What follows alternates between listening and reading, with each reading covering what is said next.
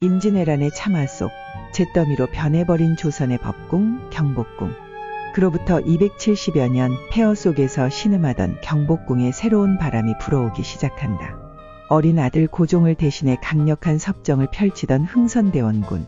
그의 야심찬 계획은 바로 무너진 왕실의 권위를 되찾고 조선의 심장을 다시 뛰게 할 경복궁 중건이었다. 하지만 막대한 비용과 백성들의 고통이 뒤따르는 거대한 사업. 반대와 불만의 목소리가 높아져 가던 그때 조선 발칵, 경복궁 화재 사건, 흥선대원군의 불타는 카리스마. 불길은 순식간에 번져나가 이제 막 형태를 갖추기 시작한 정각과 귀한 목재들을 집어삼켰다. 대원군의 오랜 수건이자 조선 재건의 상징인 경복궁이 다시 잿더미가 될 위기에 처한 순간 대원군 대감께 어서 알려라. 큰일 났다. 이 불길을 어찌 잡는단 말인가? 하늘도 무심하시지. 보고를 받은 대원군은 한달음에 화재 현장으로 달려왔다. 모두가 발만 동동 구르고 있을 때 그의 불타는 카리스마가 폭발하기 시작했다. 우왕좌왕하지 마라. 정신 똑바로 차리지 못할까? 대원군은 불길 속에서도 침착함을 잃지 않고 직접 소화 작업을 진두지휘했다. 그의 단호한 명령과 압도적인 카리스마 앞에 혼란은 점차 수습되고 불길도 잡혀가기 시작했다. 가까스로 불길은 잡았지만 피해는 막심했다. 그리고 대원군은 직감했다. 이것은 단순한 실화가 아님을. 감히 누가 이 경복궁 중건을 방해하려 드는 것이냐? 반드시 배후를 색출하여 내 손으로 처단할 것이다. 대원군의 분노는 하늘을 찔렀다. 그는 즉시 화재의 원인과 배후를 밝히기 위한 수사를 명한다. 며칠 후 유력한 용의자가 포박되어 왔다. 내 이놈! 다른 데로 고하지 못할까? 내 놈이 불을 질렀지 않느냐? 사조한 놈이 누구냐? 쇳내는 억울합니다. 제발 관리 나으리. 억울해!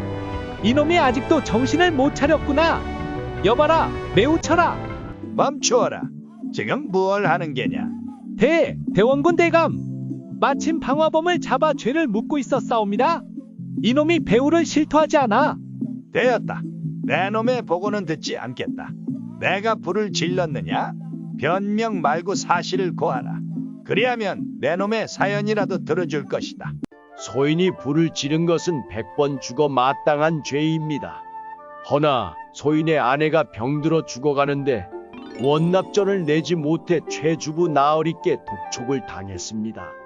제발 사정 좀 봐달라 애원했지만 제 품삯마저 저 나으리가 반이나 떼어가니 약 한 첩 살 돈이 없었나이다.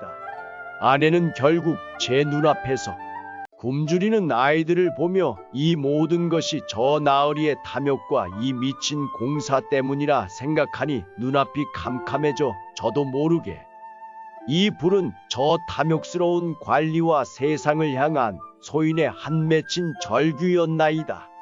내 놈의 사정은 딱 하나. 방화는 국가의 근간을 흔드는 대역죄다.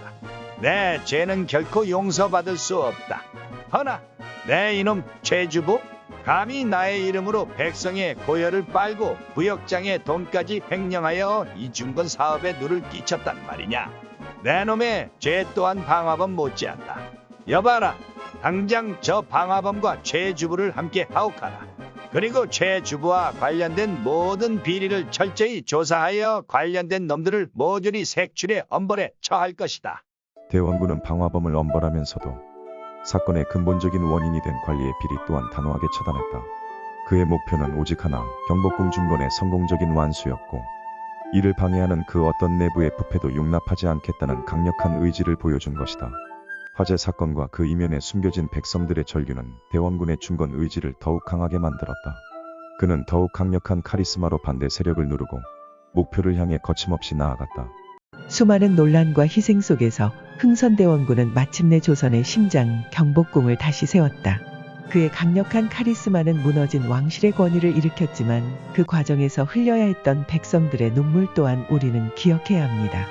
위대한 업적 뒤에 가려진 희생, 경복궁 화재 사건과 목수의 절규는 우리에게 묻습니다. 강력한 리더십인가, 외면된 고통인가? 오늘 화려한 결과 이면에 숨겨진 과정의 의미를 함께 생각해보는 것은 어떨까요?